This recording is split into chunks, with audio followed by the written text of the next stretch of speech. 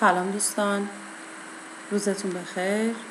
امیدوارم حال همه شما خوب باشه. جعفریان هستم، مدرس دانشگاه و قرار هست جلسه 13 تدریس درس مدیریت استراتژیک رو در قالب این فیلم آموزشی خدمتتون ارائه بکنم. امیدوارم مطالبی که در این جلسه مطرح میشه برای شما مفید باشه. خب دوستان، اگر که به خاطر داشته باشین، ما در جلسه گذشته در مورد تجزیه تحلیل محیط بیرونی صحبت کردیم و گفتیم که زمانی که بخوایم محیط رو از نظر شرایط رقابتی تجزیه تحلیل بکنیم، خب باز به 5 سوال کلیدی پاسخ میدیم. و در جلسات گذشته به سوالاتی از قبیل اینکه استراتژی که الان در شرایط کنونی داریم تا چه حد خوب عمل میکنه پاسخ دادیم و یک سری شاخصهایی رو برای خوب عمل کردن و میزان خوب عمل کردن استراتژی در نظر گرفتیم که خب هم از نظر شرایط استراتژیک و هم از نظر عملکرد مالی در واقع این عوامل میتونه که وجود داشته باشه و همینطور شاخصهای دیگه‌ای رو هم عنوان کردیم. در خصوص سوال دوم که خب در بحث تجزیه تحلیل محیط رقابتی مطرح شد، خب در مورد این صحبت کردیم که نقاط قوت و ضعف درونی سازمان و تهدیدها و فرصت‌های بیرونی سازمان چه چیزهایی هستند. در ارتباط با این موضوع ابزار قدرتمند SWOT رو معرفی کردیم و صحبت کردیم از این که خب وقتی که ما بتونیم نقاط قوت و ضعف درونی و فرصت‌ها و تهدیدات بیرونی شرکت رو بررسی بکنیم و شناسایی بکنیم، خب اینها میتونه که در واقع یک شرکت رو از نظر عناصر استراتژیکی شرایط در واقع در شرایط بهتری قرار بده و مجموعه این عوامل باعث میشه که خب ما با شناسایی این عوامل بتونیم که برای تدوین استراتژی هامون بهتر عمل بکنیم. از این جهت که به دلیل اینکه نقاط قوتمون مشخص شده تمرکز میکنیم روی نقاط قوت، به دلیل اینکه نقاط ضعفمون مشخص شده در واقع سعی میکنیم که نقاط ضعفمون رو با عوامل دیگه‌ای کاور بکنیم و پوشش بدیم که تاثیرگذاریش در عملکرد ما کاهش پیدا بکنه و یا اینکه شرایط رو بهتر بکنیم و همینطور از در واقع فرصت هایی که در بازار شناسایی شده، در محیط صنعت شناسایی شده، به نفع خودمون استفاده بکنیم و در مقابل تهدیدها بتونیم در واقع از خودمون دفاع بکنیم و با استفاده از راهکارهای سیستم دفاعی خودمون رو در مقابل تهدیدات بیرونی قدرتمندتر بکنیم. و اما در خصوص سوال بعدی و اینکه آیا هزینه ها و قیمت ها در سطح صنعت در شرایط رقابتی قرار دارن یا نه، خب صحبت کردیم و عنوان کردیم که خب اگر که بخوایم در واقع شرکت رو از این بعد مورد تجزیه تحلیل قرار بدیم، 2 تا ابزار معرفی کردیم برای این منظور که در واقع مشخص میکنن آیا شرکت داره فعالیت‌هاش رو با هزینه مناسبی انجام میده و آیا روش‌های قیمت‌گذاری که ما معرفی کردیم و در نظر گرفتیم آیا اینها در واقع میتونن برای بهتر شدن شرایط رقابتی ما اثرگذار باشن یا نه. خب در این خصوص 2 ابزار مهم رو معرفی کردیم تحت عنوان تجزیه تحلیل زنجیره ارزش و در واقع محک زنی که خب در جلسه گذشته به طور کامل در مورد زنجیره ارزش صحبت کردیم و عنوان کردیم که خب زنجیره ارزش به این دلیل در واقع تحت این نام معروف هست که خب کلیه فعالیت هایی که یک شرکت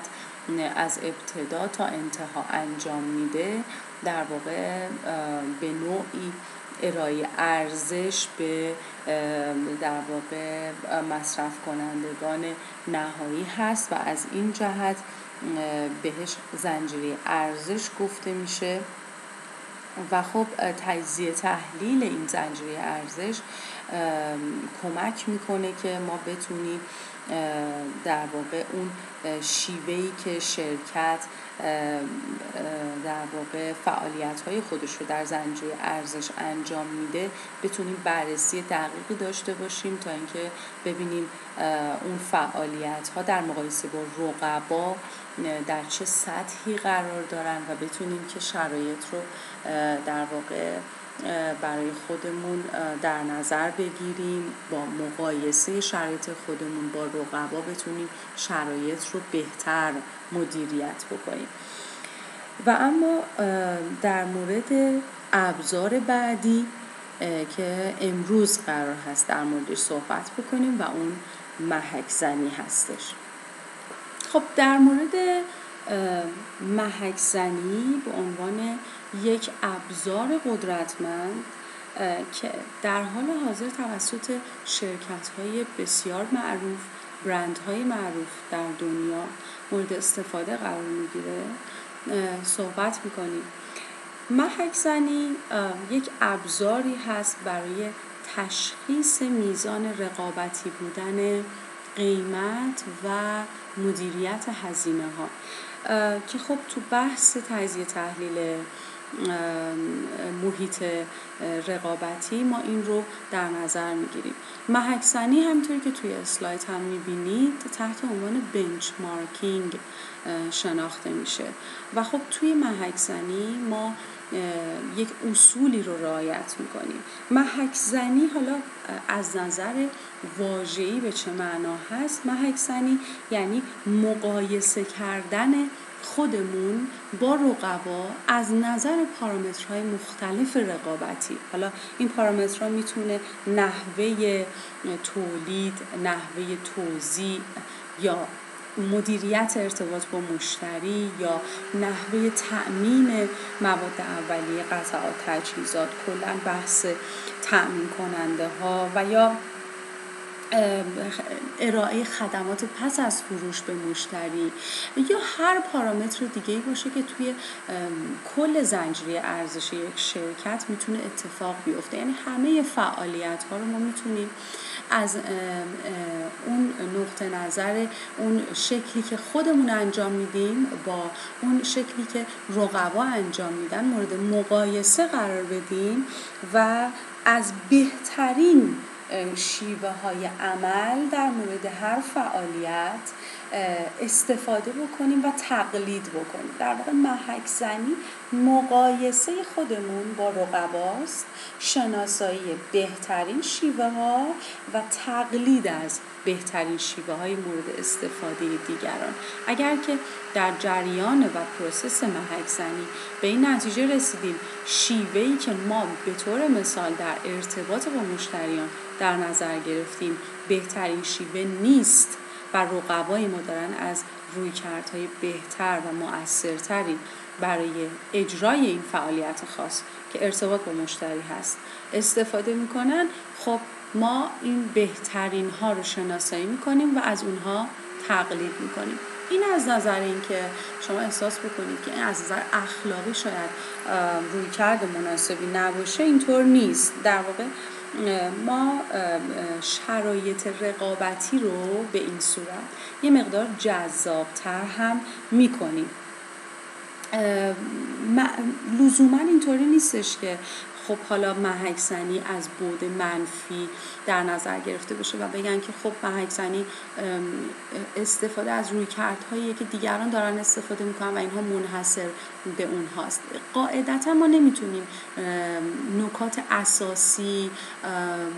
اون نکات کلیدی مربوط به کسب و کار شرکت‌های رقیب رو به دست بیاریم، اما رویکردها و نحوه عملکرد و شیوه مدیریت فعالیت‌ها رو میتونیم محک بزنیم، شناسایی بکنیم و مقایسه بکنیم و در نهایت از بهترین ها تقلید بکنیم. حالا قسمت سخت ماجرا در محک زنی اینه که خب یه قسمتشه که اصلا باید انجام بدیم یا ندیم. قسمت دومش اینه که حالا میخوایم انجام بدیم، چجوری به اطلاعات مربوط به شرکت ها و رقبا دسترسی پیدا بکنیم. حالا بعضی وقتا محک زنی میتونه به این صورت انجام بشه که خب ما اطلاعاتی رو که خود شرکت ها یا گروه های تجاری وابسته به اونها منتشر میکنن به اونها میتونیم دسترسی پیدا بکنیم، یا از طریق سازمان هایی که در واقع این شرکت ها رو تحت حمایت خودشون دارن میتونیم به عنوان در واقع منابع مرجع ازشون استفاده بکنیم، اطلاعات به دست بیاریم. ولی خب گاهی وقتا به این صورت هست که دسترسی به این اطلاعات خیلی آسون نیست و خب ممکنه که ما نتونیم خیلی راحت به این اطلاعات دسترسی پیدا بکنیم. بنابراین از زمانی که خب این رویکرد به عنوان یک ابزار بررسی توانمندی و مدیریت هزینه ها برای در فضای رقابتی در نظر گرفته شد و خیلی از شرکت ها تصمیم گرفتن از این رویکرد استفاده بکنن، خب یک سری از شرکت ها به وجود اومدن، یک سری سازمان های به عنوان سازمان های مشاوره‌ای روی کار اومدن که می اومدن یک سری اطلاعات رو در مورد شرکت های مختلف، رقبای مختلف در یک صنعت یا صنایع مختلف به دست می آوردن و اینها رو به صورت پایگاه داده برای خودشون نگهداری می کردن و می کنن. این سازمان ها موجود هستن و در واقع زمانی که ما برای یک فعالیت خاصی نیاز داریم به یک سری اطلاعات از شرکت‌های دیگه، از رقبا، میتونیم مراجعه بکنیم به این سازمان‌ها و این سازمان‌ها بدون اینکه هویت اون شرکت‌ها رو فاش بکنن و اطلاعات محرمانه اون شرکت‌ها رو در اختیار ما بذارن، میتونن که اطلاعاتی رو به ما بدن که ما برای پروسه محک زنی میتونیم از اونها استفاده بکنیم و خب دیگه مشکل به دست آوردن اطلاعات و اینکه حالا این اطلاعات رو از کجا بیاریم، چه جوری به دست بیاریم دیگه وجود نخواهد داشت. بنابراین قسمت سخت محک زنی اینه و خب به این صورت با به وجود اومدن این سازمان‌های مشاوره‌ای این مشکل تا حدی حل شده. علاوه بر این که خب اطلاعات محرمانه و اطلاعات هویتی شرکت‌ها هم محفوظ باقی میمونه و خب این اطلاعات به صورت یک کلیت‌هایی در اختیار سازمان‌ها قرار میگیره. توی کتاب شما در مورد محک زنی 2 تا مثال زده که خب این مثال‌های جالبی هستن. مثلا اگه دقت بکنید خطوط هواپیمایی ساوت وست رو مثال زده که اومده از در واقع برای ارائه خدمات هوایی از شیوه محک زنی حالا شرکت‌های دیگه استفاده کرده. حالا این محک زنی رو چجوری انجام داده؟ مطالعه نحوه عملکرد کارکنان در ارائه خدمات پیست مسابقه اتومبیل رانی. خب توی مسابقات اتومبیل رانی اگر که حالا اطلاعات داشته باشید یک سری افراد هستن که در تیم اون گروه مسابقه دهنده قرار دارن و کنار پیست یک سری خدمات رو به اون حالا مسابقه دهنده ارائه میکنن، از جمله اینکه خدمات فنی میدن یا شرایط رو برای اون مسابقه مهیا میکنن. خب این خدمات اگه دقت کرده باشیم مخصوصا مسابقات فرمول 1 خیلی به سرعت اتفاق میفته و شرکت خدمات هواپیمایی ساوث وست اومد از این نحوه عمل کرده این گروه ها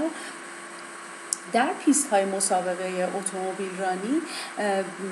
استفاده کرد و طی یک فرآیند محک زنی بهترین شیوه های اجرایی رو بررسی کرد، شناسایی کرد و شروع کرد به تقلید کردن، یعنی ارائه خدمات به موقع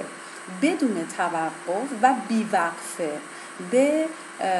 مسافران و به مشتریان و از این طریق تونست که خب در واقع یک تمایز قابل توجهی رو بین رقبای خودش ایجاد بکنه. اینکه ما بتونیم در حوزه خدمات مسافربری خدمات به موقع و منظم و دقیق و بدون وقفه به مشتریان ارائه بکنیم، خب این باعث رضایتمندی بیشتر مشتریان، در نتیجه کاهش هزینه های ما خواهد شد. پس به طور مجموع به خاطر اینکه ما دیگه مجبور نیستیم که برای جلب رضایت مشتری، برای جذب مشتری، برای حفظ مشتریان موجود سرمایه گذاری های کلان انجام بدیم. ما انقدر در این زمینه در واقع توانمندیم که به عنوان یک ویژگی رقابتی خاص میتونیم از این موقعیت استفاده بکنیم و بدون اینکه هزینه زیادی متحمل بشیم بتونیم که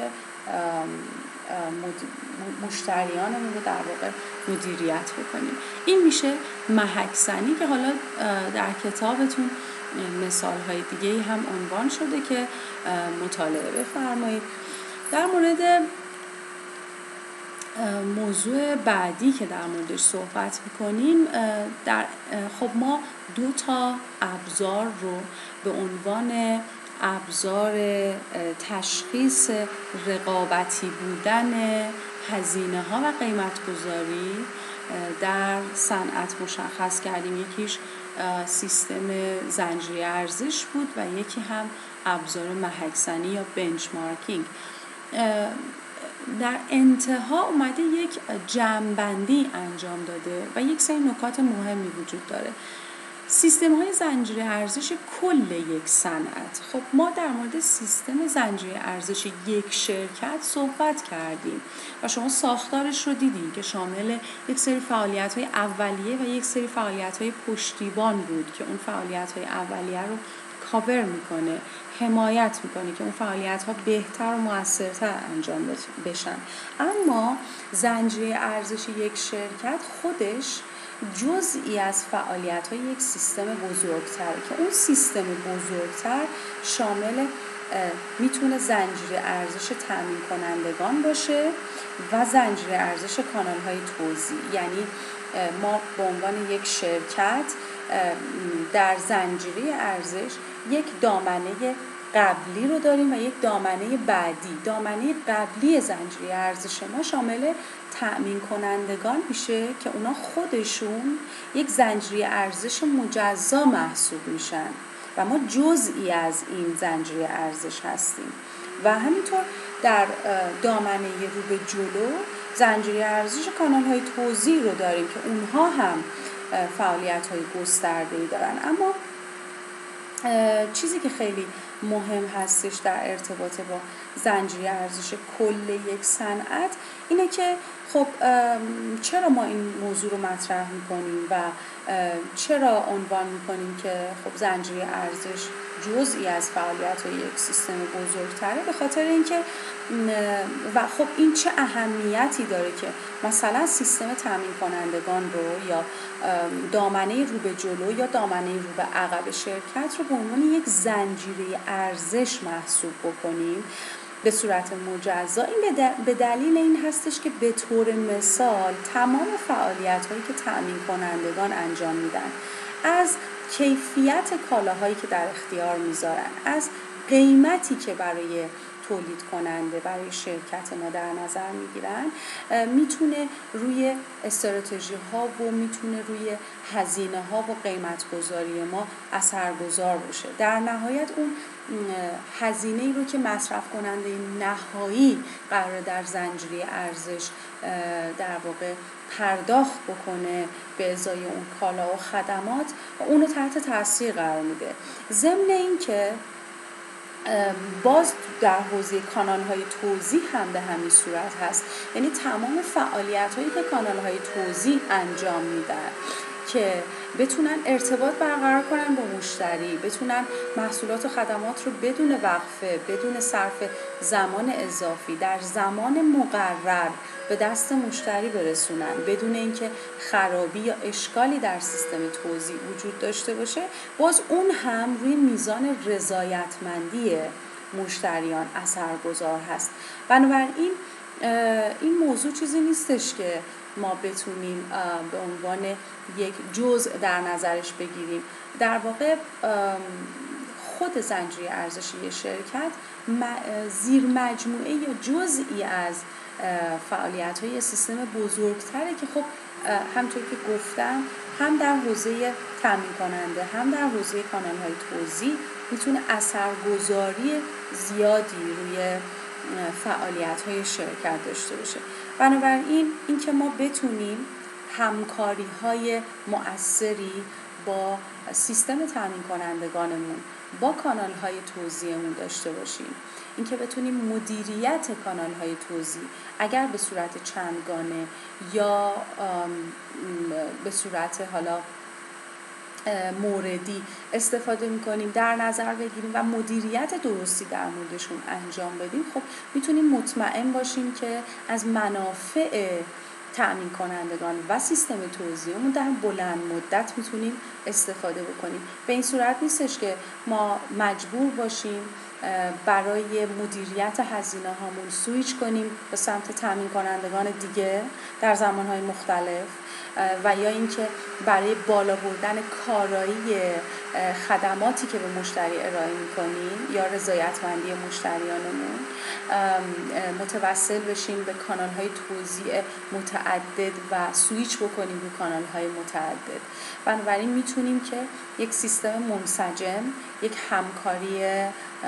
بلند مدت و یک روابط بلند مدتی رو ایجاد بکنیم که در نهایت کل مجموعه زنجیره ارزش، حالا چه زنجیره ارزش شرکت چه زنجیره ارزش کل یک صنعت، منافع بلند مدتی رو با هم بتونن که داشته باشن و بهش دست پیدا بکنن. پس این خیلی مهمه که ما بتونیم که در تجزیه تحلیل محیط رقابتی یک دیدگاه بلند مدت داشته باشیم، نه یک دیدگاه کوتاه مدت. اینکه ما بتونیم علاوه بر شرایط رقابتی شرکت در صنعت کل صنعت رو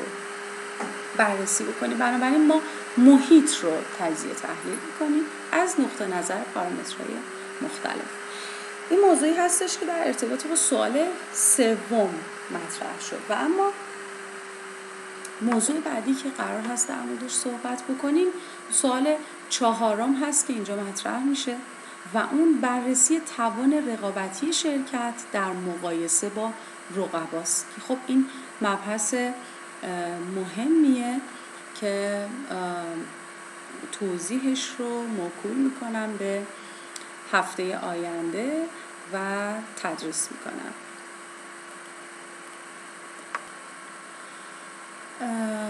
خب دوستان، امیدوارم که مطالبی که در این جلسه مطرح شد برای شما مفید بوده باشه و بتونید نهایت استفاده را از مطالب ببرید. روز خوبی داشته باشین، شاد و سلامت باشین.